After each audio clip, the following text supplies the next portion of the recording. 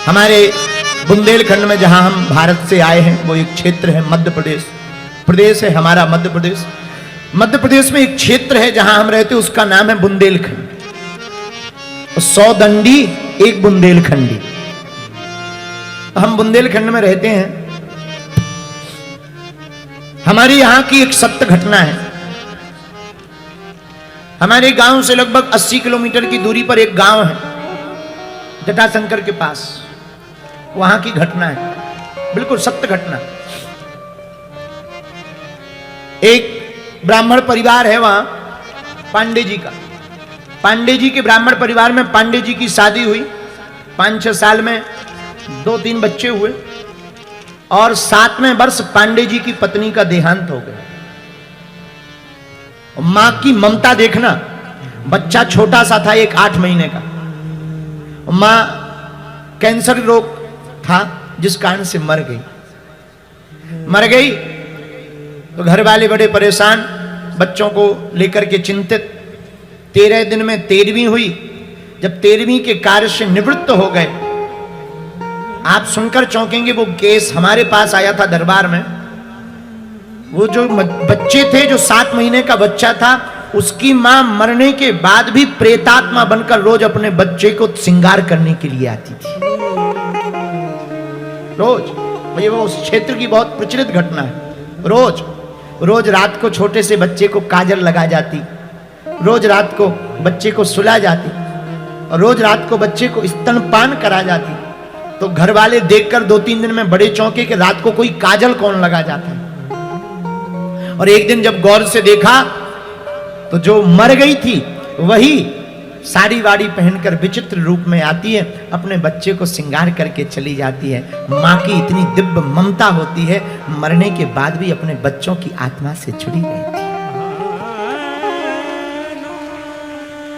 मां की ममता का क्या है।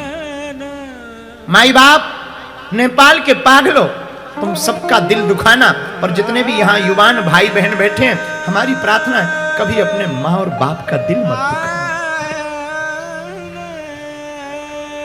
मां कोई साधारण नहीं है। मां जीती जागती भगवान का रूप है माई बाप। और हम लोग, माँ बाप ने हम आपको इसीलिए पाला ताकि हमारा बच्चे नाम रोशन करेंगे। और हम नेपाल के प्रत्येक युवाओं से प्रार्थना करेंगे, नेपाल के लोगों, बेटा वो नहीं है जो बाप के नाम से जाना जाए। बेटा वो है कि जब बेटा कोई ऐसा काम कर दे तो उसके पिता को पहचाना जाए। बेटे के नाम से पिता को पहचाना जाए। भाई साहब, आप ऐसा काम करना, ऐसी उपलब्धि पाना, ऐसी सफलता पाना, ऐसे पद पर प्रतिष्ठित होना, ऐसा जीवन में यश पाना, ताकि तुम्हारे पिता और तुम्हारी मां कहीं से गुजरे तो लोग कहें ये अमुक बेटे के मां बाप हैं। तो सबको दुखी करना, मां को कभी दुखी मत करना। मां तो आखिर मां होती है। हमारी जानकी मैया भी मां। जनक सुता जग जननी जानकी। हम अपने जीवन की बोले, आज तो हमारी चर्चा मां से नहीं हो पाई। हम महीने भर में बहुत ज्यादातर बाहर रहते हैं, खूब बाहर रहते हैं। मां से कोसों किलोमीटर दूर रहते हैं, 1000-2000 किलोमीटर दूर रहते हैं। और हम अपनी घटना सत्य वाली बता रहे हैं। माई बाप हजारों किलोमीटर दूर रहने पर हर पल आज भी हमारी मां हमारे पास रहती है। मां को दिन ना रात चिंता लगी रहती है। वो वहां बैठे बैठे देख रही होगी खाना खाया कि नहीं। अगल बगल जो हमारे साथ रहते उनको पूछती रहेगी फोन, सोया है कि नहीं, क्या हाल है, कोई खबर नहीं ले रहा। धन्य है माई बाप। मां तुम मां होती है, इसलिए तुम सबको दुखित करना और कभी मां को दुखी मत करना। मां वो मूर्ति है जिसकी कोई व्याख्या नहीं। मां वो महिमा है जिसकी कोई व्याख्या नहीं। मां वो ममता की छाया है जिसकी कोई समता नहीं। मां वो है जो परमात्मा से मिला देती है। और दूसरी बात, कभी विचार करिएगा मां के बारे में। वो खुद जागती रहेगी पर तुम्हें सुलाएगी,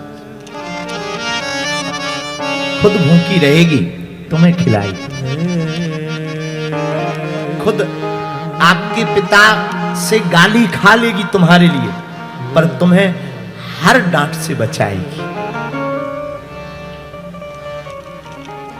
तुम्हारी केयर करने वाला अगर कोई है इस दुनिया में, मां।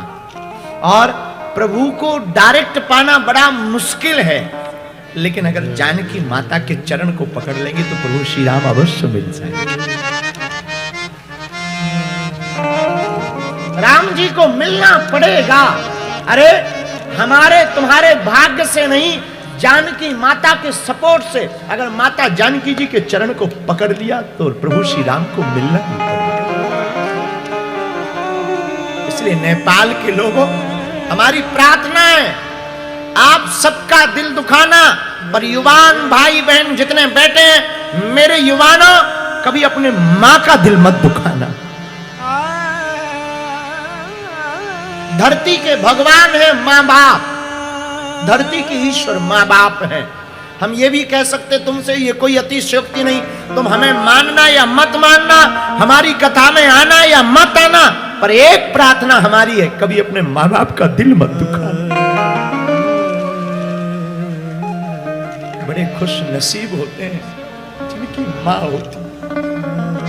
कभी विचार करना, मां के ऊपर रातों भर जागी है वो तुम्हारे लिए, कई दिनों तक भूखी रही वो, लेकिन तुम्हारा सुख देखा,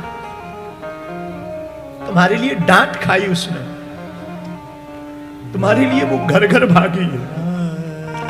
हम अपने निजी जिंदगी का अनुभव बताते हैं, माई बाप हमारी जिंदगी में अगर किसी का हाथ है तो हमारे यहां तक पहुंचने में हमारी मां का हाथ। उन्होंने जो उपकार किया ना, हमारी स्थिति तो बहुत दयनीय थी, अति दयनीय। भोजन की भी व्यवस्था नहीं रहती थी, खाने की भी व्यवस्था नहीं रहती थी, और हमारी माँ एक बात हमेशा बोलती थी, बेटा धीरेन्द्र, अपने घर से तुम जब भी निकला करो ना, मुस्कुराते हुए निकला करो, ताकि दुनिया वालों को ये पता ना लगे कि हम लोग गरीब हैं।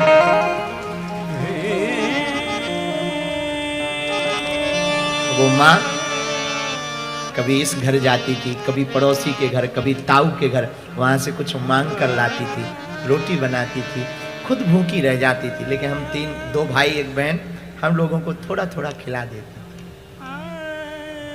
माँ इतनी महिमावान, माँ इतनी विशाल हृदय की होती, और हम लोग माँ बाप की अवहेलना कर देते, हम लोग माँ को उल्टा बोल देते, हम लोग माँ को डांट देते कि तुम्हें ज्ञान ही नहीं है, तुम्हें क्या पता। विचार करना उस मां पर क्या बीती होगी, क्या बीतती होगी, जिसने तुम्हारे लिए रातों जागी, खुद गीले में सोई पर तुम्हें सूखे में सुलाया, तुम्हारे लिए गालियां सही, तुम्हारे लिए गालियां सुनी। नेपाल के लोगों, जब तुम अपनी मां को कुछ कहते होगे तो क्या बीतती होगी उस मां पर।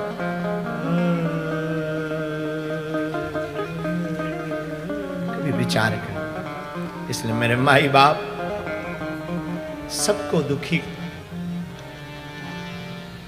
का कोई ध्येय हो ना हो, कोशिश सुखी की करना, पर मां के दिल को कभी मत दुखाना।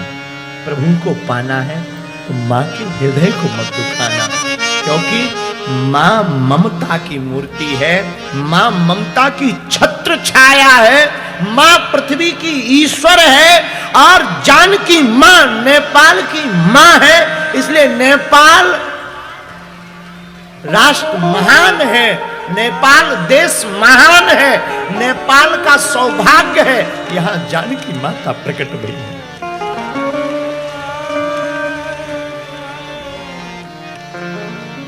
नेपाल आने को मां आखिर मां होती, हर बात को तुम भूलो मगर मां बाप को मत भूलना। हर बात को भूलना, पर मां का उपकार कभी मत भूलना।